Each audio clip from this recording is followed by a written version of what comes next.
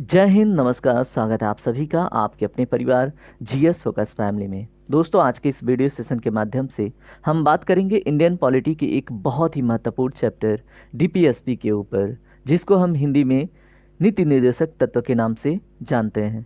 सबसे पहले हम इनका डिवीज़न देखेंगे, सभी महत्वपूर्ण पॉइंट डिस्कस करेंगे। फाइनली हम क्या करेंगे, टेस्ट लगाएंगे। टेस्ट में आपको मॉडल क्वेश्चन प्लस पीवाईक्यू देखने को मिलेगा और इस तरह से ये पूरा चैप्टर आपका कंप्लीट होगा। तो चलिए स्टार्ट करते हैं, समझते हैं। सबसे पहले अगर हम बात करें डीपीएसपी के ओवरव्यू के ऊपर, तो दोस्तों डायरेक्टली प्रश्न बनता है कि जो directive principle of state policy है, ये संविधान में किस भाग में आपको देखने को मिलता है। तो दोस्तों ये भाग 4 का विषय है, आप याद रखेंगे। उसके बाद से आपको एक प्रश्न बनता है कि डीपीएसपी किस अनुच्छेद से लेकर किस अनुच्छेद तक है।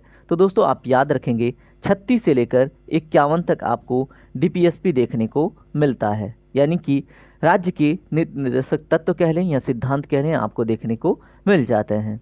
अगर हम डीपीएसपी को देखें तो दोस्तों ये 3 वर्गों में विभाजित करके हम पढ़ेंगे, क्योंकि क्वेश्चन आपको कभी कभी वर्गों से जोड़कर देता है। अब यहाँ पे देखें, एक वर्ग है सामाजिक तत्व, ठीक है, यानी कि समाजवादी तत्व। उसके बाद दूसरा है गांधीवादी तत्व, तीसरा है उदारवादी तत्व, ठीक है। और अगर हम बात करें इन वर्गों का उद्देश्य क्या है, तो सामाजिक आर्थिक न्याय, कल्याणकारी राज्य और विकास को बढ़ावा देना है, ठीक है। तो चलिए हम एक एक को डिस्कस करते हैं। सबसे पहले अगर हम बात करें समाजवादी तत्व के ऊपर, यानी कि सोशलिस्टिक प्रिंसिपल्स के ऊपर, तो यहाँ पे देखें दोस्तों, यहाँ पे एक महत्वपूर्ण बात, समाजवाद, आर्थिक समानता और कल्याणकारी राज्य की स्थापना पर कौन बल देता है। इसमें जो समाजवादी तत्व हैं, ठीक है, ये राज्य को ऐसे कानून बनाने के लिए निर्देशित करते हैं जो नागरिकों को आर्थिक और सामाजिक रूप से समान अवसर प्रदान करें, ठीक है। तो ये एक इंट्रोडक्शन हुआ समाजवादी तत्व का जो उद्देश्य है, ठीक है, क्या करना, समाजवाद, आर्थिक समानता और कल्याणकारी राज्य की स्थापना करना, ठीक है, और राज्य को ऐसे कानून बनाने के लिए निर्देशित करना जो नागरिकों को आर्थिक और सामाजिक रूप से समान अवसर प्रदान करे। यह है समाजवादी तत्व का मुख्य उद्देश्य। अब हम बात करेंगे प्रमुख आर्टिकल्स के ऊपर। यहाँ पे देखिए समाजवादी तत्व से रिलेटेड आर्टिकल है 38, 39, 39A और 41, ठीक है। तो ये चारों आपके दिमाग में फिट होना चाहिए। और एक एक के ऊपर अगर हम बात करें, 38 में क्या है, राज्यों को एक सामाजिक, ठीक है, व्यवस्था स्थापित करने का ये निर्देश देता है। उसके बाद सामाजिक, आर्थिक और राजनीतिक न्याय सुनिश्चित करने का निर्देश देता है। कौन, आर्टिकल 38, सामाजिक, आर्थिक और राजनीतिक न्याय, ठीक है, ये आपको प्रियम्बल में भी देखने को मिलती हैं, ठीक है। उसके बाद अगर हम बात करें 39 का, तो दोस्तों नागरिकों के लिए समान आजीविका के अवसर, उसके बाद धन और संसाधनों का समान वितरण सुनिश्चित करने की बात करता है आर्टिकल 39, ठीक है। उसके बाद 39A बहुत एग्जाम में पूछा जाता है कि किससे जुड़ा है, क्योंकि ये अमेंडमेंट के थ्रू ऐड किया गया है। सभी अमेंडमेंट देखेंगे हम। गरीबों के लिए मुफ्त कानूनी सहायता, ठीक है, और न्याय की समान पहुंच सुनिश्चित करने की बात इसमें कही जाती है, ठीक है। तो राज्य क्या करेगा, अपने नागरिकों को मुफ्त कानूनी सहायता और न्याय की समान पहुंच सुनिश्चित करेगा, ठीक है। अब यहाँ पे देखिए आर्टिकल 41 क्या कहता है, बेरोजगारी को खत्म करना, वृद्धावस्था वाले को पेंशन देना, बीमारी और विकलांगता की स्थिति में, ठीक है, लोक सहायता प्रदान करने का निर्देश देना, ठीक है। ये आर्टिकल 41 का विषय है। अब देखिए एक महत्वपूर्ण बात, यहाँ पे एक चीज़ समझिए। मान लीजिए कि अगर राज्य की तरफ से आपको कानूनी सहायता किसी स्थिति में नहीं मिल पाती है, जो कि आर्टिकल 39A में डाला गया है, तो क्या आप इसके ऊपर सुप्रीम कोर्ट या हाई कोर्ट जा सकते हैं? तो नहीं। आप जब फंडामेंटल राइट्स की बात हो रही थी तब जा सकते थे, लेकिन यहाँ पे बात हो रही है डीपीएसपी के जो प्रावधान है, ठीक है, directive principle of state policy के। तो दोस्तों एक चीज़ आप याद रखेंगे, आप डीपीएसपी के अंतर्गत जो भी आपको अधिकार मिला है, उसके लिए आप सुप्रीम कोर्ट या हाई कोर्ट में दावा नहीं कर सकते। वो स्टेट के ऊपर निर्भर करता है, स्टेट के बजट के ऊपर निर्भर करता है कि वो अपने लोगों के लिए कौन से कदम उठाए, उसके लिए क्या ज़रूरी है, ठीक है। तो आप दावा नहीं कर सकते, आप कह सकते हैं ये गैर प्रवर्तनीय है, ठीक है। तो आप एक ये वर्ड याद रखिएगा कि जो भी डीपीएसपी के अधिकार आपको दिए जाते हैं, ठीक है, या फिर एक राज्य के नागरिकों को दिए जाते हैं, वो गैर क्या है, परिवर्तनीय है, ठीक है। एक होता है ना कि आप जाके दावा कर सकते हैं, ठीक है। तो वहाँ पे फंडामेंटल राइट्स की बात होती है, लेकिन आप दावा नहीं कर सकते, ये है, ठीक है, डीपीएसपी, आप याद रखेंगे। चलिए अब बात करते हैं गांधीवादी तत्व के ऊपर। ये तत्व महात्मा गांधी के विचारों और उनके ग्राम स्वराज के सिद्धांतों से प्रेरित है। इनका उद्देश्य ग्रामीण विकास, कुटीर उद्योगों को बढ़ावा देना और समाज में नैतिक मूल्यों की स्थापना करना है। ठीक है, अब इससे जुड़े महत्वपूर्ण अनुच्छेद देख लेते हैं। यहाँ से प्रश्न बहुत बनता है, याद रखेंगे। अनुच्छेद 40 के ऊपर बहुत प्रश्न बने हुए हैं। ग्राम पंचायतों की स्थापना को बढ़ावा देना और स्वायत्ता प्रदान करना, ठीक है, ये अनुच्छेद 40 का विषय है। उसके बाद अनुच्छेद 43 में क्या है, कुटीर और लघु उद्योगों के विकास को प्रोत्साहित करने की बात करता है। कौन सा, आर्टिकल 43। उसके बाद आर्टिकल 46 की बात करें तो इसमें अनुसूचित जातियों, अनुसूचित जनजातियों और अन्य कमजोर वर्गों के शैक्षिक और आर्थिक हितों की रक्षा का ये निर्देश देता है। कौन सा, आर्टिकल 46। किसको, शेड्यूल का, शेड्यूल ट्राइब्स, ठीक है, और अन्य जो कमजोर वर्ग हैं उनमें शैक्षिक और आर्थिक हितों की उनके रक्षा का निर्देश दिया जाता है आर्टिकल 46 के अंतर्गत, जो कि एक गांधीवादी तत्व है। आर्टिकल 47 में क्या है, शराब और अन्य हानिकारक जो नशीले पदार्थ हैं उनका सेवन पर रोक लगाने की बात। ठीक है, तो ये आर्टिकल 47 में क्या है, शराब और अन्य हानिकारक नशीले पदार्थों के सेवन पर रोक लगाने की बात करता है। ठीक है, उसके बाद आर्टिकल 48 क्या है, किसी और पशुपालन को वैज्ञानिक तरीकों से बढ़ावा देना और गौ हत्या पर रोक लगाने की बात करता है। ठीक है, तो ये आर्टिकल 48 का विषय है, हमको याद रखना है। अब हम बात करेंगे उदारवादी एवं बौद्धिक तत्व के ऊपर। ठीक है, तो अब ये क्या है, ये तत्व आधुनिक लोकतांत्रिक मूल्यों से जुड़े हैं, याद रखेंगे।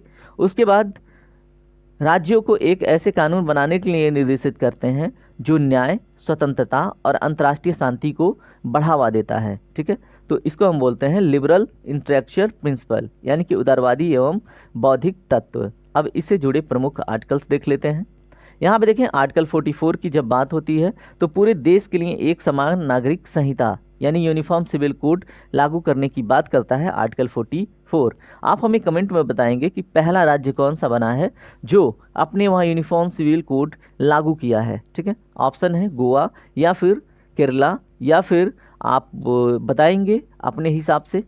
ठीक है, आर्टिकल 45 में क्या है, 6 वर्ष तक के बच्चों के लिए निःशुल्क और अनिवार्य शिक्षा प्रदान करने को निर्देश देता है। अब यह अनुच्छेद 21A में मौलिक अधिकार के रूप में भी जोड़ा गया है। ठीक है, तो ये चीज़ें याद रखेंगे। और हमने आप लोगों को बताया था 86 कॉन्स्टिट्यूशनल अमेंडमेंट 2002 में हुआ। ठीक है, उसके बाद से ये प्रावधान ऐड हुआ। कौन सा संविधान संशोधन, 86। ठीक है, उसके बाद देखें अनुच्छेद 48A में क्या है, तो ये बात करता है पर्यावरण संरक्षण और वनों एवं वन्य जीवों की रक्षा की बात। ठीक है, तो ये 48A में है, ये प्रश्न आपसे पूछा जाएगा, आप इसको ध्यान से देख लेंगे। आर्टिकल 49 क्या कहता है, राष्ट्रीय स्मारकों, स्थलों और विरासतों की रक्षा का निर्देश देना। ठीक है, तो ये आर्टिकल 49 का विषय है। ठीक है, जैसे मान लीजिए कभी कभी होता है कि रेलवे का अगर धांधली हुआ तो लोग रेल की पटरियाँ उखाड़ना स्टार्ट कर देते हैं, तोड़ फोड़ मचाते हैं। ठीक है, लेकिन आर्टिकल 49 उसके अगेंस्ट है, राष्ट्रीय स्मारकों, स्थलों और विरासतों की रक्षा करने का निर्देश देता है। ठीक है, तो पब्लिक जो प्रॉपर्टी है डिस्ट्रॉय नहीं कर सकते आप। अनुच्छेद 50 में क्या है, कार्यपालिका और न्यायपालिका के पृथक्करण की बात करता है, जिससे न्यायपालिका की स्वतंत्रता बनी रहती है। ठीक है, तो कार्यपालिका, न्यायपालिका और विधायिका की जो सेपरेशन ऑफ पावर का जो प्रोविज़न है, प्रावधान है, ठीक है, वो अनुच्छेद 50 के अंतर्गत देखने को मिल जाता है। उसके बाद अनुच्छेद 51 में क्या है दोस्तों, अंतर्राष्ट्रीय शांति और सुरक्षा को बढ़ावा देना तथा न्यायपूर्ण संबंध स्थापित करने का निर्देश देना। ठीक है, तो ये आर्टिकल 51 का विषय है। और इस तरह से हमने सभी महत्वपूर्ण आर्टिकल्स, उनके प्रावधान देख लिए हैं। अगर आपको क्लियर नहीं हुआ है तो आप एक बार फिर से वीडियो रिपीट कर लीजिएगा, आप स्पीड बढ़ा के देख सकते हैं। ठीक है, अब हम बात करेंगे कुछ महत्वपूर्ण, जैसे मान लीजिए अमेंडमेंट हुए हैं, जो डीपीएसपी में अमेंडमेंट हुए हैं, विशेषकर उनको देख लेते हैं। ठीक है, यहाँ से प्रश्न बनता है। तो यहाँ पे 42वां संविधान संशोधन 1976 में हुआ था, और ये है क्या, इसको समझिए।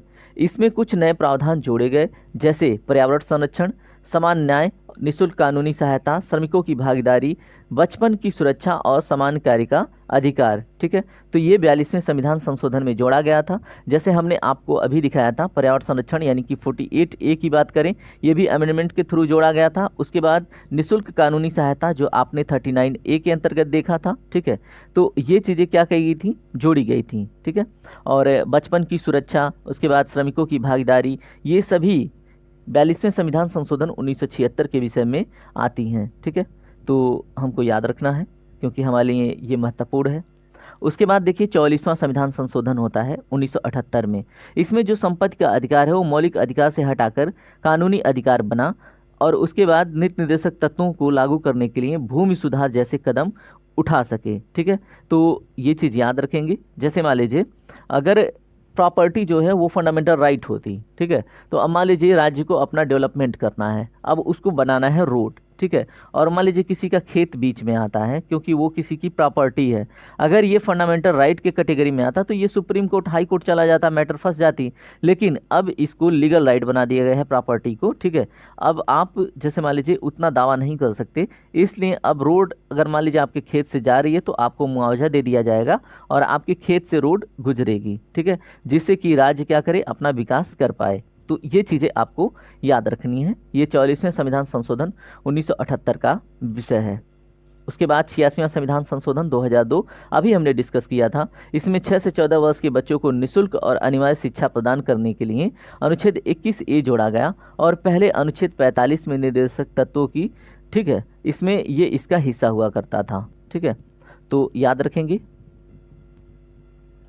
अनुच्छेद 97वां संविधान संशोधन 2011 में क्या होता है, जो सहकारी समितियां हैं उनके विकास को बढ़ावा देने के लिए सहकारी समितियों से संबंधित प्रावधान जोड़े गए। ठीक है, ये 97वां संविधान संशोधन 2011 में हुआ था। अब देखेंगे हम प्रश्नों को। ठीक है, अगर आपने ध्यान से वॉच किया है पूरा लेक्चर तो अब आपसे दिक्कत नहीं होगा, आपके लिए कठिनाई नहीं होगा प्रश्नों को करने में। ठीक है, अब यहाँ पे पहला प्रश्न देख लीजिए कितना सिंपल है।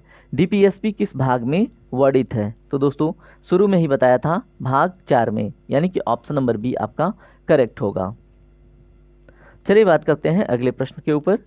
86वें संविधान संशोधन डीपीएसपी के, ठीक है, किस अनुच्छेद को मतलब बदलाव किया गया था इसमें? ठीक है, तो आपको बताना है। अभी मैंने जस्ट बताया था 86वें संविधान संशोधन में, तो ये अनुच्छेद 45 की बात थी। ठीक है, और 21A में क्या किया गया था, जो 6 से 14 वर्ष के बच्चे हैं उनको क्या बनाया गया, एजुकेशन उनके लिए फंडामेंटल राइट बना दिया गया था। ठीक है, उसके बाद देखिए 44वें संविधान संशोधन द्वारा संपत्ति के अधिकार को कहाँ स्थानांतरित किया गया? तो दोस्तों बताएं।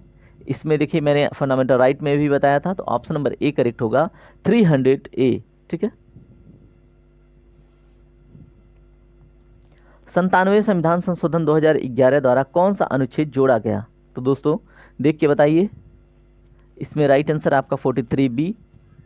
अब इसमें बात क्या हुई थी, जो सहकारी समितियां हैं उसमें जो मजदूर हैं या फिर जो एम्प्लॉई हैं उनकी भागीदारी सुनिश्चित की गई थी। डीपीएसपी का मुख्य उद्देश्य क्या है? तो इसका मुख्य उद्देश्य है सामाजिक और आर्थिक न्याय। सभी नागरिकों को रोजगार और शिक्षा प्रदान करने का प्रावधान किस अनुच्छेद में है? तो दोस्तों इसका राइट आंसर क्या है, ऑप्शन नंबर ए। ठीक है, अनुच्छेद 41, सभी नागरिकों को रोजगार और शिक्षा प्रदान करने का प्रावधान। ग्राम पंचायतों की स्थापना से संबंधित अनुच्छेद कौन सा है? तो दिए गए ऑप्शन में ऑप्शन नंबर बी करेक्ट होगा, अनुच्छेद 40। शराबबंदी और नशीले पदार्थों पर प्रतिबंध किस अनुच्छेद में उल्लेखित है? तो दोस्तों इसका राइट आंसर आपका ऑप्शन नंबर सी 47। ठीक है, तो याद रखेंगे। कुटीर उद्योगों को बढ़ावा देने का प्रावधान किस अनुच्छेद में किया गया है? दोस्तों राइट आंसर है इसमें ऑप्शन नंबर बी, आर्टिकल 43 में। न्यायपालिका और कार्यपालिका के पृथक्करण से संबंधित अनुच्छेद कौन सा है? तो न्यायपालिका और कार्यपालिका, ठीक है, और विधायिका की बात करें तो सेपरेशन ऑफ पावर अनुच्छेद 50 के अंतर्गत देखने को मिलता है। समान नागरिक संहिता यानी यूनिफॉर्म सिविल कोड लागू करने का प्रावधान किस अनुच्छेद में है? तो इसका राइट आंसर क्या है, ऑप्शन नंबर सी 44 में। डीपीएसपी को न्यायालय में लागू नहीं किया जा सकता क्योंकि वे रहते हैं। दोस्तों इसके ऊपर हमने बात किया था, तो गैर बाध्यकारी कर लें या फिर गैर प्रवर्तनीय कह लें, ठीक है, ये चीज़ें हमने क्लियर करी थी। भारतीय संविधान के नीति निर्देशक तत्वों का मुख्य उद्देश्य क्या है? दोस्तों इसका अगर हम राइट आंसर की बात करें तो इसमें right answer option number B है, सरकार को सामाजिक और आर्थिक न्याय के लिए मार्गदर्शन देना। ठीक है, तो ये चीज़ याद रखनी है।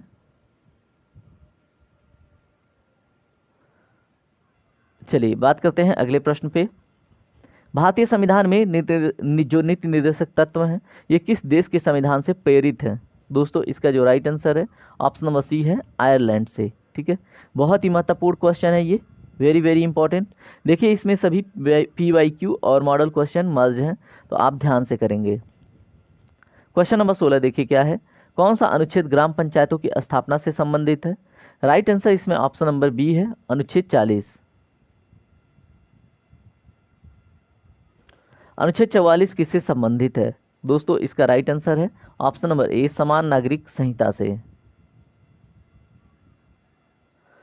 पर्यावरण व वन्य जीव की सुरक्षा का प्रावधान किस अनुच्छेद में किया गया है?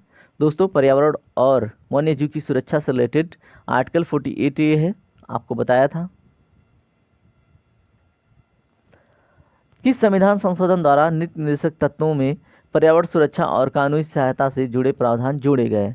तो दोस्तों पर्यावरण सुरक्षा और कानूनी सहायता ये किस संविधान संशोधन द्वारा पॉसिबल हुआ? 42वें संविधान संशोधन 1976 द्वारा। ठीक है, इसी में मैंने आप लोगों को बताया था क्या, 39A और 48A सामने आए थे। ठीक है, ये न्यू आए थे। प्रश्न नंबर 20 देखिए, संविधान के नीति निर्देशक तत्वों को किस आधार पर वर्गीकृत किया गया है? तो अगर हम बात करें इसमें राइट आंसर का, तो ऑप्शन नंबर ए है, सामाजिकवादी, गांधीवादी और उदारवादी सिद्धांत। ठीक है, किस अनुच्छेद में यह प्रावधान है कि राज्य व्यवस्था और पोषण के स्तर को बढ़ावा, ठीक है, बढ़ाने की कोशिश करेगा? ठीक है, तो आपसे प्रश्न पूछा है किस अनुच्छेद में यह प्रावधान है कि जो राज्य है वो पोषण का स्तर जो है वो बढ़ाने का प्रयास करेगा? ठीक है, तो इसका जो राइट आंसर है आपका ऑप्शन नंबर सी है। ठीक है, जिसमें मैंने आपको स्वास्थ्य की बात बताई थी। अब ऐसा नहीं है कि अब आप जाके दावा करो कि राज्य में मरीज़ हूँ और फिर या फिर कमज़ोर हूँ, मुझे पनीर खिलाओ। ठीक है, ऐसा नहीं कर सकते क्योंकि ये गैर प्रवर्तनीय है। ठीक है, मतलब आप कोर्ट में जाके दावा नहीं कर सकते। प्रश्न नंबर 22 देखिए, श्रमिकों की भागीदारी को बढ़ावा देने से रिलेटेड प्रोविज़न किस आर्टिकल में है? तो अभी हमने देखा था, इसका right answer option number B, 43A। अनुच्छेद 51 किस विषय से संबंधित है? तो दोस्तों अगर हम राइट आंसर की बात करें तो ये अंतर्राष्ट्रीय शांति और सुरक्षा को बढ़ावा देने से संबंधित है। कौन सा अनुच्छेद नागरिकों को निःशुल्क कानूनी सहायता प्रदान करने का निर्देश देता है? तो बताएं, इसमें आर्टिकल 39A है, जो नागरिकों को निःशुल्क कानूनी सहायता प्रदान करने का निःशुल्क, ठीक है, मतलब निर्देश देता है। किस अनुच्छेद में यह निर्देश दिया गया है कि सभी राज्य सभी नागरिकों के लिए समान वेतन सुनिश्चित करेगा? दोस्तों समान वेतन की बात आर्टिकल 39 में होती है, याद रखना है।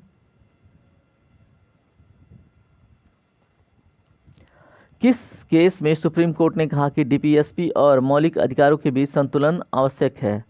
तो दोस्तों प्रश्न नंबर 26 का right answer option number B है, मिनर्वा मिल्स बनाम भारत सरकार।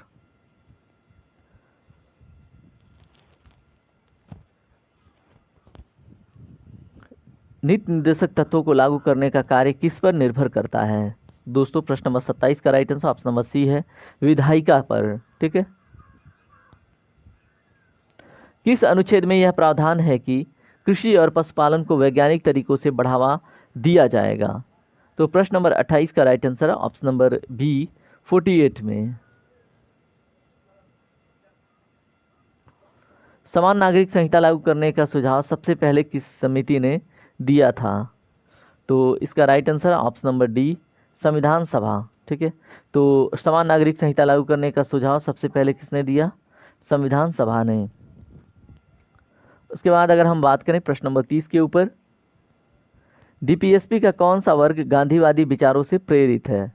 तो इसमें राइट आंसर की बात करें तो ऑप्शन नंबर सी करेक्ट है, गांधीवादी तत्व। ठीक है, तो गांधीवादी तत्व आपको पता ही है, हमने आपको बताया था 38, 39, 39A और फिर आपने देखा 41, ये किससे हैं, ये बताएं, ये संबंधित हैं समाजवादी तत्वों से। ठीक है, उसके बाद से हमने बात किया था क्या, गांधीवादी तत्वों के ऊपर। और सभी महत्वपूर्ण आर्टिकल जैसे आर्टिकल 40 हमने डिस्कस किया था, ग्राम सभा की स्थापना और स्वायत्तता। उसके बाद हमने बात किया था इसी में गांधीवादी तत्व में कुटीर उद्योगों की स्थापना। उसके बाद हमने 48 के अंतर्गत देखा था जो दुधारू पशु होते हैं उनको मतलब संरक्षित करना। ठीक है, ये सभी बातें हमने गांधीवादी तत्व में देखा था। प्रश्न नंबर 31 देखें क्या है, संविधान सभा में डीपीएसपी का, ठीक है, समर्थन किसने किया था। तो इसका right answer option number A है, वी.आर. अम्बेडकर जी ने। इस तरह से दोस्तों हमने 31 क्वेश्चन देख लिए डीपीएसपी में। और अब मैं चाहूँगा कि अगर आपको सेशन पसंद आता है तो वीडियो को लाइक शेयर सब्सक्राइब ज़रूर करें और जीएस फोकस फैमिली का पार्ट बने। आपको पीडीएफ बिल्कुल फ्री में मिल जाता है, अगर आपको पीडीएफ चाहिए तो फिर आप कमेंट में ज़रूर बताइएगा और प्लीज़ सपोर्ट ज़रूर कीजिएगा। चलिए मिलते हैं अगले सेशन में, तब तक के लिए अपना ख्याल रखें।